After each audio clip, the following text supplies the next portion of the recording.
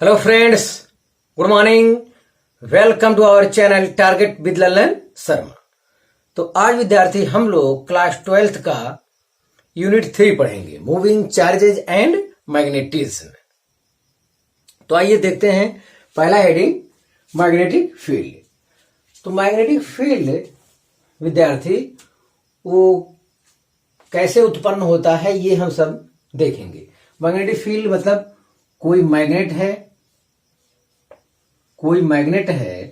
तो भी इसके चारों ओर मैग्नेटिक फील्ड उत्पन्न होता है।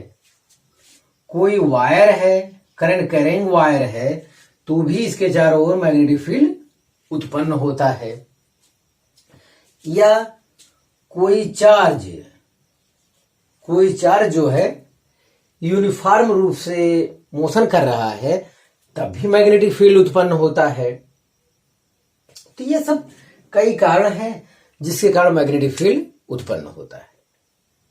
हाँ, तो परिभाषा में इन सभी बातों को शामिल करना चाहिए। मतलब कोई यहां मैग्नेट है तो ये मैग्नेट पास की किसी दूसरे मैग्नेट पर मैग्नेटिक फील्ड प्रोड्यूस करता है। ये करंट कैरिंग वायर है, ये अपने पास के किसी दूसरे करंट कैरिंग वायर पर मैग्नेटिक फील्ड प्रोड्यूस करेगा। ये चार्ज है, मोशन में है, तो ये क्या करेगा, अपने पास के दूसरे चार्ज पर मैग्नेटिक फील्ड प्रोड्यूस करेगा। तो ये सब मैग्नेटिक फील्ड है। तो डिफिनेशन में इन सब बातों को भी हमें क्या करना चाहिए, शामिल करना चाहिए। हाँ, अगर किसी वायर में करंट फ्लो कर रहा है तो यहां मैग्नेटिक कंपास है, मैग्नेटिक कंपास होता है एक, जिसे पता चलता है कि यहां मैग्नेटिक फील्ड है या नहीं है। तो मैग्नेटिक कंपास यहां रखते हैं तो सुई इधर डिफ्लेक्ट होती है। अगर हम लोग करंट का डायरेक्शन चेंज कर देते हैं तो सुई का डायरेक्शन भी बदल जाता है। तो इससे पता चलता है कि करंट कैरिंग वायर के समीप मैग्नेटिक फील्ड होता है। तो मैग्नेटिक के बारे में इतनी जानकारी है। ये वेक्टर क्वांटिटी है, इसकी यूनिट डायमेंशन आगे होता रहेगा क्योंकि जब फार्मूला आएगा तो वही अच्छा लगता है। हाँ, यस। तो कहने को तो ये भी कह दिया जाए, कोई मैग्नेट है, वो अपने चारों ओर जो फील्ड उत्पन्न करता है उसे मैग्नेटिक फील्ड कहते हैं। तो ये तीनों बातें पर डिफिनेशन में सम्मिलित हो, इसके लिए हम डिफिनेशन आपके लिए लिखे हैं। A region of space near magnet, current carrying magnet, electric current or moving charge particle in which magnetic effect or exert on any other magnetic, electric current or moving charge particle. It is also known as magnetic flux density, magnetic induction or magnetic field.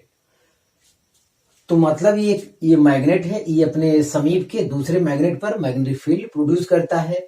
ये current carrying wire है, अपने समीप के दूसरे wire पर magnetic field produce करता है। ये चार्ज है, ये मूविंग कर रहा है यूनिफॉर्म स्पीड से, अगर तो अपने समीप के दूसरे चार्ज पर क्या करेगा, मैग्नेटिक फील्ड प्रोड्यूस करेगा।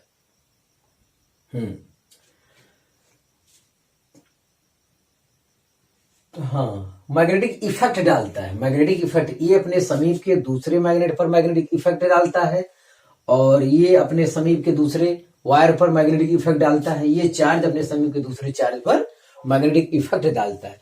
तो इसी को क्या कहते हैं, मैग्नेटिक फील्ड कहते हैं, मैग्नेटिक फ्लक्स डेंसिटी कहते हैं, मैग्नेटिक इंडक्शन कहते हैं, और मैग्नेटिक फील्ड तो हम पढ़ा ही रहे हैं। It is a vector quantity. तो ये तो रही मैग्नेटिक फील्ड की डिफिनेशन के बारे में इतनी बातें। तो आप इसे कॉपी कर लीजिए। हाँ विद्यार्थी, अगला हेडिंग है ओरेस्टेड डिस्कवरी। तो सन 1820 में ओरेस्टेड नामक वैज्ञानिक ने इलेक्ट्रिसिटी और मैग्नेटिज्म के रिलेशन की खोज किया। इन्होंने बताया कि जब किसी वायर में करंट फ्लो करता है तो उसके चारों ओर मैग्नेटिक फील्ड उत्पन्न हो जाता है। Oersted discovered a magnetic field around a conductor carrying a electric current. तो जब किसी वायर में करंट फ्लो करता है तो उसके चारों ओर क्या हो जाता है, मैग्नेटिक फील्ड प्रोड्यूस हो जाता है। Other related facts are as follow. तो इससे अदर रिलेटेड फैक्ट क्या है वो भी देखा जाए।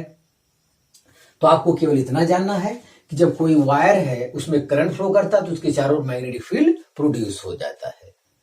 यस, अब देखते हैं कुछ और रिजल्ट इससे निकालते हैं।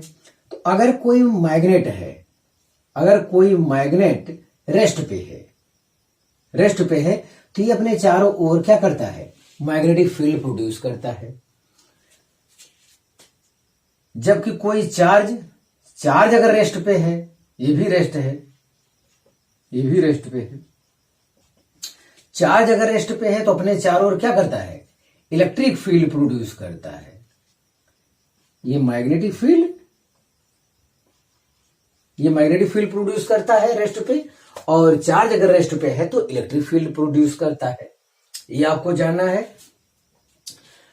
और दूसरे नंबर पे ये है कि अगर किसी वायर में करंट फ्लो कर रहा है तो इसके चारों ओर क्या, अभी हम लोग पढ़े हैं जस्ट, इसके चारों ओर मैग्नेटिक फील्ड उत्पन्न हो जाता है। और अगर कोई चार्ज यूनिफॉर्म वेलोसिटी से मोशन कर रहा है तो ऐसी दशा में ये इलेक्ट्रिक फील्ड के साथ साथ इलेक्ट्रिक फील्ड और मैग्नेटिक फील्ड दोनों प्रोड्यूस करता है। तो ये जानकारी आपको होनी चाहिए। अगर कोई मैग्नेट रेस्ट पे है तो अपने चारों ओर मैग्नेटिक फील्ड प्रोड्यूस करता है, चार्ज रेस्ट पे है तो अपने चारों ओर इलेक्ट्रिक फील्ड प्रोड्यूस करता है। और दूसरे पॉइंट पे आपको जानकारी होनी चाहिए कि अगर कोई करंट है, अगर कोई वायर है उसमें करंट फ्लो कर रहा है तो अपने चारों ओर केवल मैग्नेटिक फील्ड प्रोड्यूस करता है, इलेक्ट्रिक फील्ड नहीं।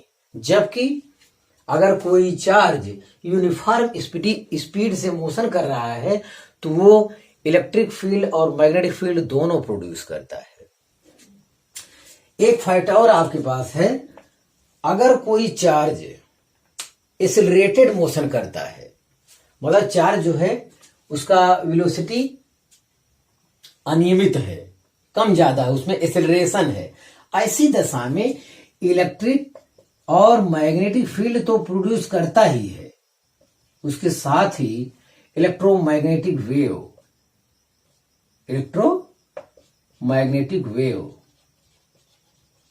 भी उत्पन्न करता है। ध्यान दें, अगर कोई चार्ज पार्टिकल एक्सेलरेटेड मोशन करता है तो इलेक्ट्रिक और मैग्नेटिक फील्ड तो प्रोड्यूस करता ही है, वो इलेक्ट्रोमैग्नेटिक वेव भी प्रोड्यूस करता है। तो जिसके बारे में हम अध्ययन आगे के चैप्टर में करेंगे। तो हाँ विद्यार्थी, ओरस्टेड डिस्कवरी में आपको इतना है जानकारी होना चाहिए कि सन 1820 में ओरस्टेड ने इलेक्ट्रिसिटी और मैग्नेटिज्म के रिलेशन की खोज किया था। और वो ये रिलेशन ये है कि उन्होंने बताया था कि जब कोई वायर है उसमें करंट फ्लो कर रहा है तो उसके चारों मैग्नेटिक फील्ड प्रोड्यूस हो जाता है। यस विद्यार्थी, तो आप इसे कॉपी कर लीजिए।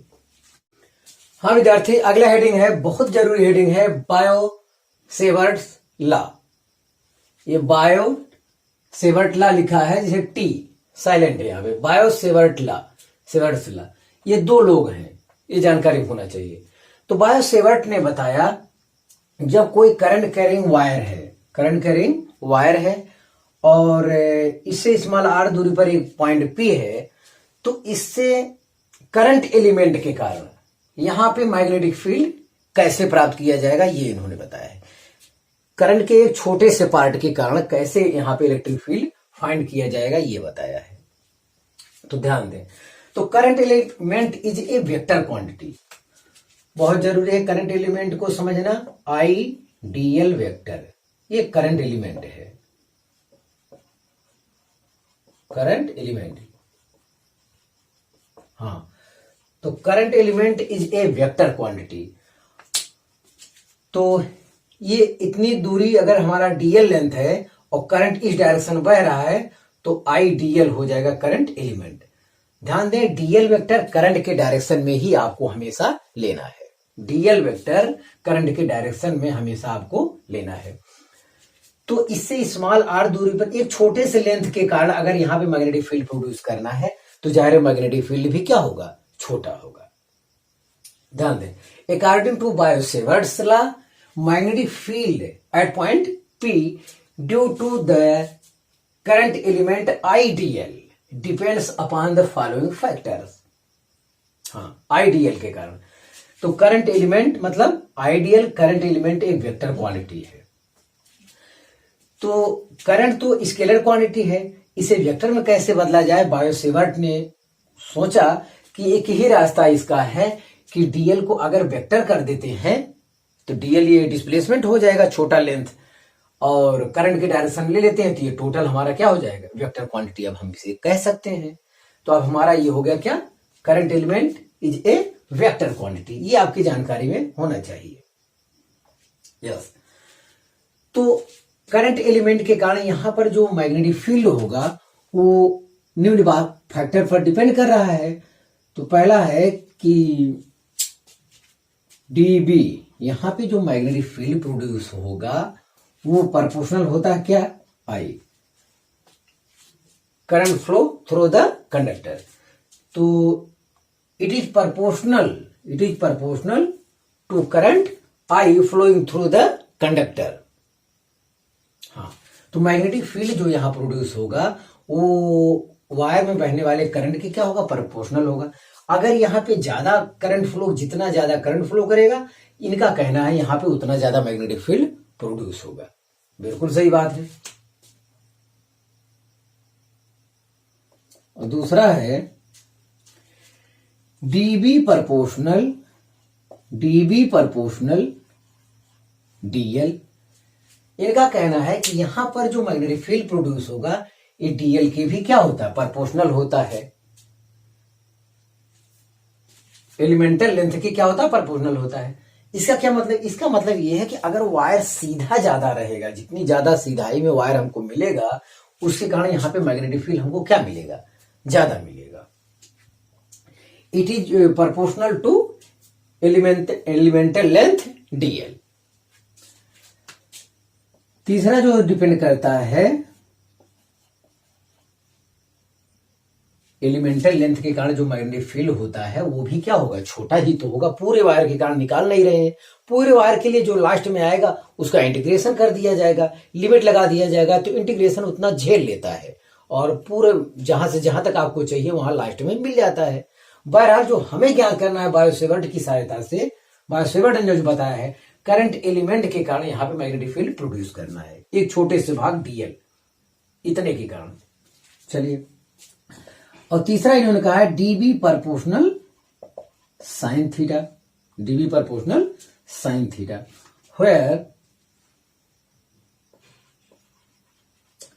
where theta is the small angle between, where theta is the small angle between ideal vector and R vector. ध्यान दें, जहां थीटा डीएल वेक्टर और आर वेक्टर के बीच का कौन सा कोण है, एंगल, स्मॉल एंगल है। जिनको वेक्टर के बारे में जानकारी नहीं है, ध्यान दें, वो टेल से टेल मिलाएं, ये हो जाएगा हमारा क्या, आई डीएल, समझ लें ये है, हाँ ये इस टाइप से, ये हो जाएगा क्या, आई डीएल वेक्टर और ये आर वेक्टर, इनके बीच का जो स्मॉल एंगल होता है वही कोण लिया जाता है।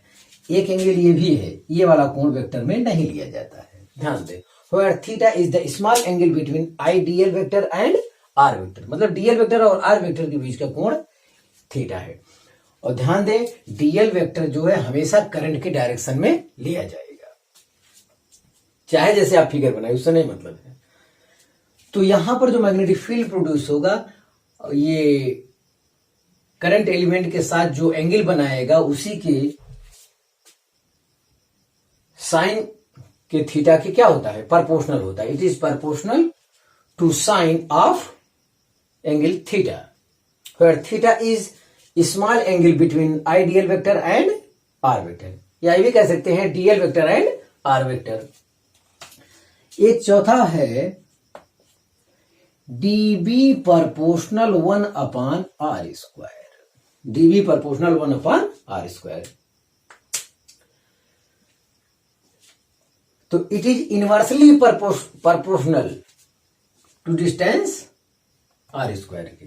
तो r² की ये क्या होता है, इनवर्सली प्रोपोर्शनल होता है, ध्यान दें। अब यहां कहना है कि थीटा अगर ज्यादा रहेगा, थीटा मतलब अगर परपेंडिकुलर रहेगा तो मैग्नेटिक फील्ड और ज्यादा प्रोड्यूस होगा, साइन 90 का मान क्या हो जाएगा, ज्यादा हो जाएगा। ये यहां इससे मतलब है। और आर तो हम लोग पहले से पढ़ते आए हैं कि ये हमेशा ज्यादातर केस में इनवर्सली प्रोपोर्शनल ही होता है। तो दूरी बढ़ने के साथ मैग्नेटिक फील्ड डीबी का मान क्या होगा, कम होगा। तो अब क्या किया जाए, अब combining these 4 rules, combining these 4 rules, ये 4 रूल को हम लोग क्या करते हैं, कंबाइन करेंगे तो हो जाएगा dB proportional I dL sine theta upon r²। तो ये हुआ, दिस रिलेशन इज कॉल्ड, इसके बाद देखें यहां पे this relation is called Biot-Savart law.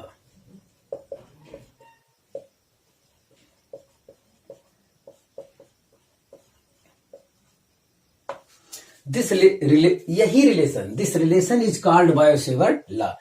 मतलब करंट एलिमेंट के कारण जो यहां पे मैग्नेटिक फील्ड प्रोड्यूस होता है वो करंट एलिमेंटल लेंथ और साइन के प्रोपोर्शनल होता है, तथा बीच की दूरी के इनवर्सली प्रोपोर्शनल, बीच की दूरी के स्क्वायर के क्या होता है, इनवर्सली प्रोपोर्शनल होता है। तो this relation is called Biot-Savart law. This relation is called Biot-Savart law. यदि वायर जो है, ये सिस्टम पूरा हमारा वैक्यूम में हो या एयर में हो, तो ऐसी दशा में dB इक्वल टू होता है μ0/4π IDL sine theta upon r², ideal sign theta upon r²। तो आप इतना कॉपी कर लीजिए, तब फिर इसके बारे में कुछ और जानकारी देते हैं। हाँ फ्रेंड्स, देखा जाए कुछ और जानकारी, तो हम लोग बायो-सेवर्ट के नियम से ले आए कि करंट एलिमेंट के कारण यहां पर जो मैग्नेटिक फील्ड होता है वो इतना होता है। तो dB equal to μ0/4π IDL sine theta upon r² है। ये स्केलर फॉर्म में है। अब ये सब कुछ मतलब बताएंगे कि क्रॉस का क्या मतलब होता है, मैग्नेटिक फील्ड का डायरेक्शन कैसे निकाला जाता है, सब कुछ आपको जानकारी देते हैं विधिवत। हाँ देखें थोड़ा इसके बारे में और जानकारी, where μ0/4π is equal to constant, और इस कांस्टेंट का मान है 10⁻⁷ टेस्ला मीटर पर एम्पियर, या इसे कहा जाता है न्यूटन पर एम्पियर स्क्वायर भी लिखा जाता है। तो आपको अभी इतना ही केवल जानिए, जैसे फोर्स का यूनिट होता है न्यूटन, ठीक उसी प्रकार से मैग्नेटिक फील्ड का यूनिट है टेस्ला। टेस्ला एक वैज्ञानिक है, उन्हीं के नाम पर रखा गया है। इतना आप जानिए। अगर इसकी यूनिट टेस्ला है तो कैसे आया होगा, देखिए आई का एम्पियर हो जाएगा, तो टेस्ला बटे एम्पियर हो गया। 1 मीटर नीचे metre square, 1 metre square cut गया, तो मीटर से यहां गुणा हुआ होगा, तो टेस्ला मीटर अपॉन एम्पियर, तो यस ये आया होगा, या न्यूटन पर एम्पियर स्क्वायर भी कहा जाता है। हाँ, और म्यू नॉट क्या है, mu naught is a permeability constant of free space. हाँ, म्यू नॉट को कहा जाता है परमिएबिलिटी कांस्टेंट। यह माध्यम की चुंबकशीलता कहा जाता है इसे। यस, हाँ, इतनी जानकारी हो गई। अब इसे हम लोग वेक्टर फॉर्म में लिखेंगे, जो सबसे जरूरी कंसेप्ट की ओर इशारा कर रहा है। तो वेक्टर फॉर्म में लिखने के लिए हम लोग यूनिट वेक्टर का इस्तेमाल करते हैं। यूनिट वेक्टर लगा देते हैं तो वो वेक्टर फॉर्म में हो जाता है। तो आइए देखते हैं Biot Savart law in vector form. Biot Savart law in vector form. चलिए देखते हैं। ये हो जाएगा mu naught upon 4 pi I D L sine theta upon R square. तो यहां लगा देते हैं N cap, unit vector. Unit vector लगा देने से ये वेक्टर फॉर्म में हो गया। तो और इसे क्लियर करते हैं, डायरेक्शन हम बता रहे हैं, अभी आप चिंता ना करें। तो ये हो जाएगा म्यू नॉट अपॉन 4 पाई, इसे आप लिख सकते हैं आई डी एल गुणे R sine theta N cap upon R से ऊपर नीचे गुणा कर दें तो आर क्यूब हो जाएगा। तो यहां तक हमें लगता किसी को दिक्कत नहीं, ऊपर नीचे दोनों आर से गुणा कर दिया हमने। इसके स्थान पर हम लिख सकते हैं अब mu naught upon 4 pi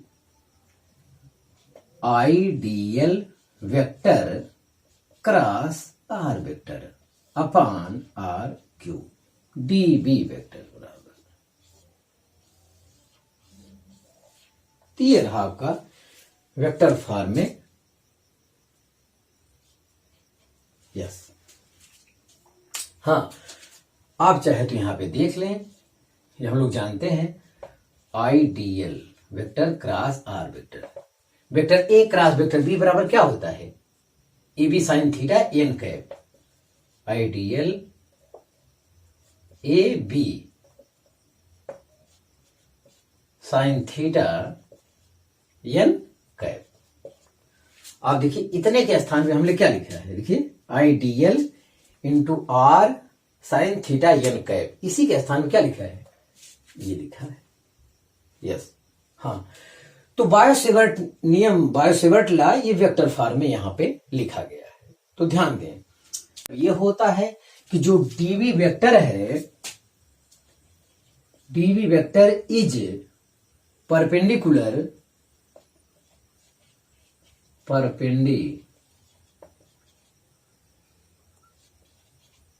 to both ideal vector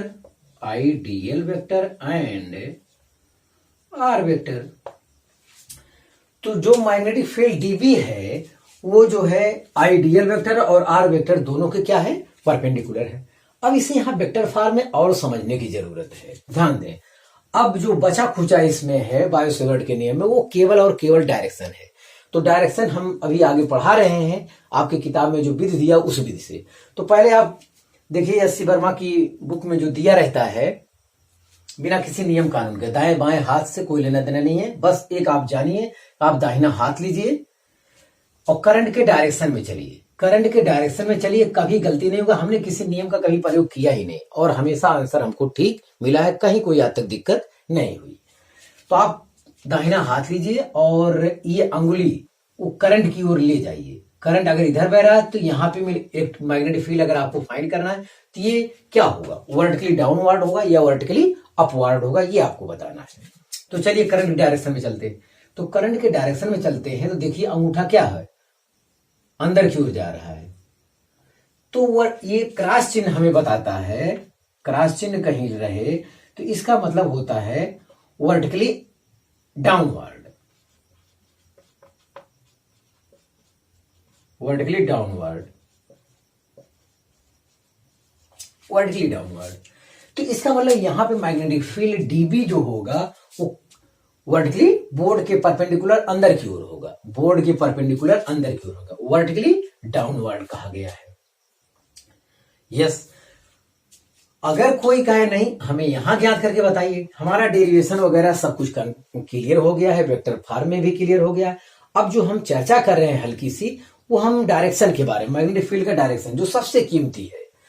अगर हम यही पी पॉइंट यहां पे ले लें, मान लेते हैं यहां पे है, पी डैश कह देते हैं, यहां पे क्या होगा, यहां पे इस टाइप से देखते हैं, यहां पे current element I DL vector, वो वेक्टर क्वांटिटी इधर, अब इधर है, देखिए। अब फिर वही चीज, हमको करंट के डायरेक्शन में अपनी उंगली को घुमाना है। अब ऐसे रखिए, देखिए इस टाइप से करंट के डायरेक्शन में हमको उंगली उठाना है, तो यहां पे मैग्नेटिक फील्ड का डायरेक्शन क्या हो जाएगा, वर्टिकली अपवार्ड हो जाएगा। तो ध्यान दें, वर्टिकली अपवार्ड। अगर यही चीज आप इस बिंदु पे करते हैं तो यहां पे मैग्नेटिक फील्ड का डायरेक्शन हो जाएगा वर्टिकली अपवार्ड। तो ये तो बिना किताबी मेथड से है, और किताब में जो मेथड दिया है हम उसे अभी बता रहे हैं। ध्यान दें, करंट के डायरेक्शन में कभी आपसे गलती नहीं होगी, वर्टिकली डाउनवर्ड। अब यहां देखिए, करंट के डायरेक्शन में आपकी उंगली घुमाइए आप, वर्टिकली अपवार्ड, कागज तल के लंबवत या बोर्ड के परपेंडिकुलर अपवार्ड, ऊपर की ओर होगा, या इनवार्ड आउटवार्ड लोग कहते हैं, इसे क्या बोलते हैं, और इनवार्ड, इनवार्ड आउटवार्ड, या ये आपकी इंग्लिश है, यस। तो आप इसे कॉपी कर लीजिए। हाँ विद्यार्थी, हम मैग्नेटिक फील्ड का डायरेक्शन आपको अभी बता रहे हैं, थोड़ा सा और है, unit and dimensions of mu naught. तो अभी हम लोग the unit of mu naught equal to, अभी लिखा गया था क्या, न्यूटन अपॉन एम्पियर स्क्वायर, ये तो हो गया, यूनिट हो गया, yes.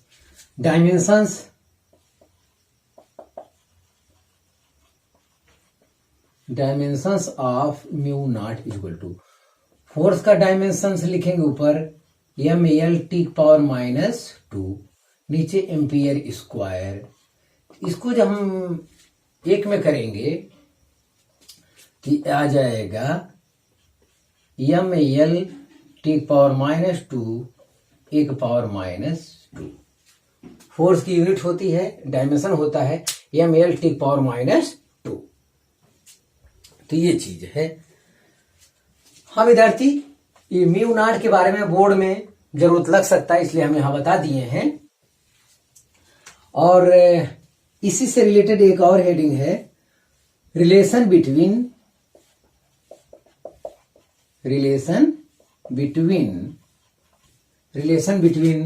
Mu naught and epsilon not. Mu naught और एप्सिलॉन नॉट में क्या रिलेशन है, हाँ ये भी थोड़ा समझ लिया जाए। वी नो दैट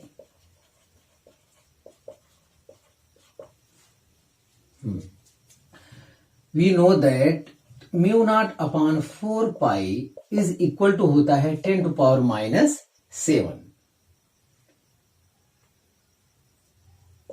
न्यूटन पर एम्पियर स्क्वायर। चलिए, एक रिलेशन ये होता है, और जो 1/4 एप्सिलॉन नॉट के बारे में जो हम जानते हैं, ये होता है 1/4 pi epsilon naught equal to होता है 9 × 10⁻, इतना होता है, ठीक, इसका मान होता है इतना।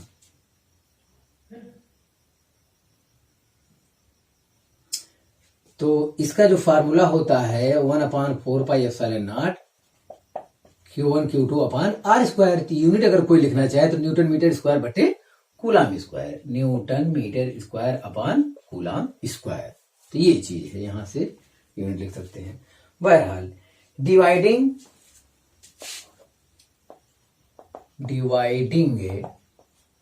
इक्वेशन 1 बाई इक्वेशन 2, 1 में 2 से डिवाइड करेंगे तो एक कोई रिलेशन बनेगा। देखिए, ये है म्यू नॉट अपॉन 4 पाई बटे, इसको करेंगे तो पलट जाएगा, तो हो जाएगा 4 pi epsilon naught is equal to 10⁻⁷ upon 9 × 10⁻⁹। तो ये 4 पाई से 4 पाई कैंसिल, तो आपका रिलेशन आया mu naught into epsilon naught equal to 1/9 into 10⁻16। ये 7 नीचे ले लेंगे तो प्लस हो जाएगा और 9 + 7 16 हो जाएगा। इसे हम लिख सकते हैं 1/3 इंटू 10⁸ का होल स्क्वायर। और ये है speed of light, mu naught into epsilon naught equal to होता है 1/c²,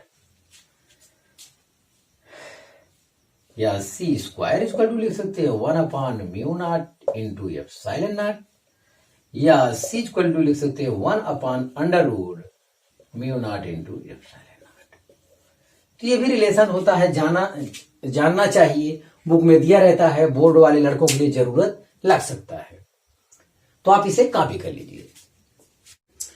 हाँ विद्यार्थी, direction of magnetic field due to current carrying conductor. तो जो इस डेरिएशन का सबसे कीमती है वो डायरेक्शन है। डायरेक्शन के कॉन्सेप्ट अगर अधूरा है तो आगे केवल और केवल प्रॉब्लम ही होगी। तो चलिए दूर करते हैं उस प्रॉब्लम को। तो डायरेक्शन क्या करने के लिए बुक में कई मेथड दिया है, जिसमें पहला है right hand palm rule number 1। देखें, तो मान लेते हैं कोई वायर है, इसमें आई करंट फ्लो कर रहा है और आप यहां पे क्या चाहते हो, मैग्नेटिक फील्ड। मान लेते हैं पॉइंट पी है जहां पे आप मैग्नेटिक फील्ड चाहते हो। मान लेते हैं पॉइंट ये है, ये पी डैश है, यहां पे आप मैग्नेटिक फील्ड चाहते हो। तो कैसे ज्ञात किया जाए? एक तो मैं अपना तरीका अभी अपना नहीं, सॉरी, एस.सी. वर्मा की बुक में दिया है, तो इस टाइप से ये कोई रूल के तहत नहीं दिया, बुक में नहीं दिया रहता। तो ये देखिए, आप यहां पे चाहते हैं तो आप करंट के डायरेक्शन में हाथ को घुमाइए, आप करंट के डायरेक्शन में हाथ को घुमाइए, तो यहां पर मैग्नेटिक फील्ड का डायरेक्शन जो होगा वर्टिकली अपवर्ड होगा। और एक देखिए ये वाला पी डैश पे, फिर करंट के डायरेक्शन में, हाँ, तो ये अंगूठा जिधर रहेगा करंट के डायरेक्शन में हाथ को, दाहिना हाथ को घुमाइए और अंगूठा जिधर रहेगा वही मैग्नेटिक फील्ड का डायरेक्शन है। तो देखिए यहाँ पे करंट के डायरेक्शन में वर्टिकली डाउनवर्ड, ये देखिए, ये वर्टिकली डाउनवर्ड का जो सिंबल है वो क्रॉस है, वर्टिकली अपवर्ड का जो सिंबल है वो डॉट है। अब आइए बुक के मेथड से, बुक में दिया राइट हैंड पाम मतलब ये वाला तलवा। तो आप इसके लिए नियम ये है कि आप करंट के डायरेक्शन में ऐसे हाथ, अपने दाहिने हाथ को फैलाइए और अंगूठा करंट के डायरेक्शन में रहेगा और हथेली के धक्का देने की दिशा में, हथेली ये वाला धक्का देने की दिशा में मैग्नेटिक फील्ड का डायरेक्शन होगा। ये वर्टिकली अपवर्ड है। चलिए यहां भी ठीक है। अब देखिए, फिर अपना दाहिना हाथ फैलाइए और ये अंगुलियां उधर रहना चाहिए जिधर आपको मैग्नेटिक फील्ड फाइंड करना है, अंगूठा करंट के डायरेक्शन में।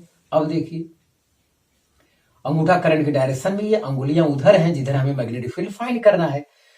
तो हथेली के धक्का दे, हथेली अंदर की ओर धक्का दे रहा है, ये हथेली जो होगा, ये पाम, ये अंदर की ओर पड़ रहा है, अंदर की ओर पड़ रहा है, तो यहाँ पे मैग्नेटिक फील्ड का जो डायरेक्शन होगा वर्टिकली डाउनवर्ड होगा।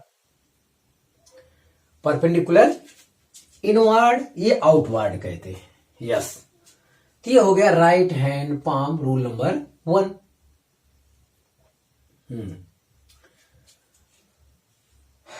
अब ये है राइट हैंड थंब रूल।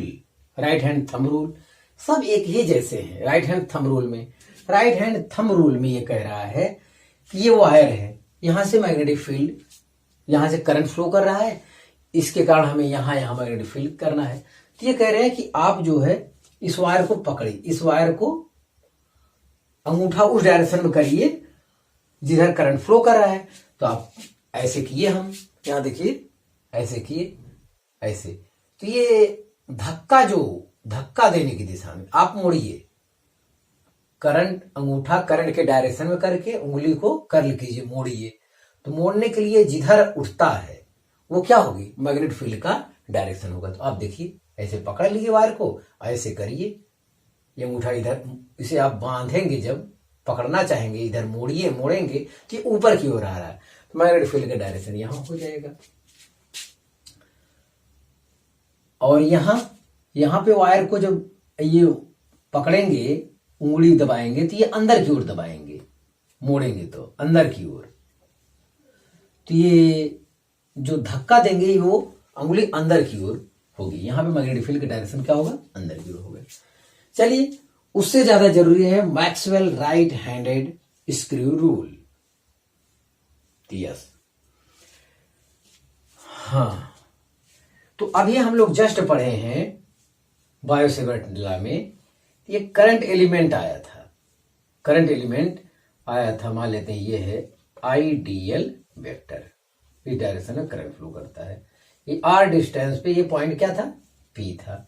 यहां पे हमें मैग्नेटिक फील्ड फाइंड करना है और यहां पर भी फाइंड करना है। सब आर डिस्टेंस है, ये थीटा है, जो भी है। तो ये कह रहा है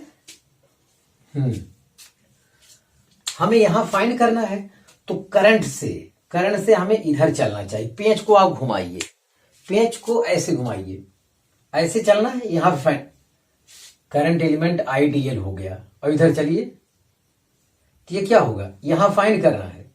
तो करंट को उसके साथ, करंट और करंट एलिमेंट आइडियल और आर वेक्टर, यहां देखिए आप घुमाएंगे तो पेंच क्या होगा, पेंच अंदर की ओर जाएगा। इससे कसेंगे तो यहां होगा। और अगर आप यहां ज्ञात करना चाहते हैं तो पेंच को क्या करना पड़ेगा, ढीला करना पड़ेगा। करंट एलिमेंट आइडियल और आर वेक्टर, तो यहां पे क्या होगा, वर्टिकली अपवर्ड होगा। तो ये रहा Maxwell right hand screw rule. Yes, तो यहां डायरेक्शन के लिए बहुत विशेष ध्यान दें। और यहां पे अगर मैग्नेटिक फील्ड फाइंड करना चाहते हैं तो करंट एलिमेंट और आर वेक्टर, तो आप इसको घुमाएंगे तो पेंच अंदर की ओर जाएगा, तो यहां वर्टिकली डाउनवर्ड हो गया मैग्नेटिक फील्ड का डायरेक्शन। और यहां से इधर आ रहे, यहां अगर पूछ रहे हैं आप, तो आप यूं घुमाएंगे, और यूं घुमाएंगे तो क्या होता है, यूं ऊपर की ओर जाता है। इधर के घुमाने पर पेंच अंदर की ओर जाता है, और अगर इधर को घुमाते हैं तो पेंच ऊपर की ओर जाता है। तो इसीलिए यहां पर मैग्नेटिक फील्ड का डायरेक्शन वर्टिकली अपवर्ड होगा। और ये हाथ घुमाने वाले बीच से, ये रहा आपकी किताब में रूल। अब बताइए इसका मैग्नेटिक फील्ड कैसे होगा। कुछ और देखिए, ये करंट आई फ्लो कर रहा है इस डायरेक्शन में, यहां पर मैग्नेटिक फील्ड क्या होगा, तो आप बस ये दाहिना हाथ घुमाइए, ये देखिए ये, यस, तो यहां पे जो मैग्नेटिक फील्ड का डायरेक्शन होगा वर्टिकली अपवर्ड होगा। अपवर्ड का सिंबल ये है। चलिए, अगर ऐसा कोई केस रहे, अब की बार करंट यूं फ्लो करेगा, तो यहां पे मैग्नेटिक फील्ड का डायरेक्शन पूछे तो क्या बताओगे, वर्टिकली डाउनवर्ड, कागज तक लंबवत अंदर की ओर। यस, तो ये सब मैग्नेटिक फील्ड का डायरेक्शन ज्ञात करने का नियम है। हम समझते हैं आपको क्लियर हो गया होगा। यस यस, और कोई वायर है, इसके चारों ओर मैग्नेटिक फील्ड प्रोड्यूस होता है। यस, कोई वायर है तो इसके चारों ओर मैग्नेटिक फील्ड प्रोड्यूस होता है। और अगर कोई इस टाइप से है, इस सर्किल में है, करंट फ्लो कर रहा है, तो यहाँ पे मैग्नेटिक फील्ड का डायरेक्शन क्या होगा, वर्टिकली अपवर्ड या वर्टिकली डाउनवर्ड यहाँ पे हो रहा है। तो हम नहीं समझते विद्यार्थी, कोई ऐसा है प्लेस जहां पे आप मैग्नेटिक फील्ड ज्ञात नहीं कर सकते। मान लेते हैं इस टाइप से करंट है, इस टाइप से करंट है, तो यहां ज्ञात करना है, यहां ज्ञात करना है।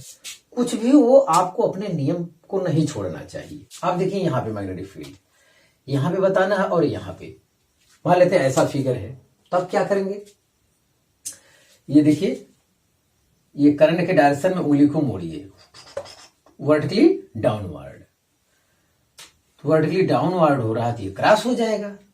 अब यहां पे हम चाहते हैं मैग्नेटिक फील्ड, तो यहां पे अब आप देखिए करंट के डायरेक्शन में हमने लिया है, तो अंगूठा अंदर की ओर हमारा जा रहा है। भले ये उल्टा पलटा हो, यहां तो आपको लगता था आसान है, लेकिन है वही सब बात। अब वही चीज करंट का डायरेक्शन नीचे हो गया, तो जो यहाँ अपवर्ड था वो अब की बार क्या हो जाएगा, डाउनवर्ड। देखिए करंट के डायरेक्शन लेंगे तो अंगूठा नीचे की ओर। और यहां के लिए क्या करेंगे, यहां के लिए विद्यार्थी हम लोग देखेंगे, यहां के लिए, यहां भी देखिए, तो यहां भी क्या होगा, वर्टिकली अपवर्ड हो जाएगा डायरेक्शन। तो डायरेक्शन कभी गड़बड़ नहीं होगा। दाहिने हाथ का अगर आप इस टाइप से प्रयोग करते हैं, करंट के डायरेक्शन में लीजिए, और अंगूठा जिस डायरेक्शन में वर्क करे वही मैग्नेटिक फील्ड का डायरेक्शन होगा। तो हाँ विद्यार्थी, आप इसे कॉपी कर लीजिए। डायरेक्शन का खेल तो विद्यार्थी चलता रहेगा, और आप मेहनत से पढ़ाई करते रहें। All the very best.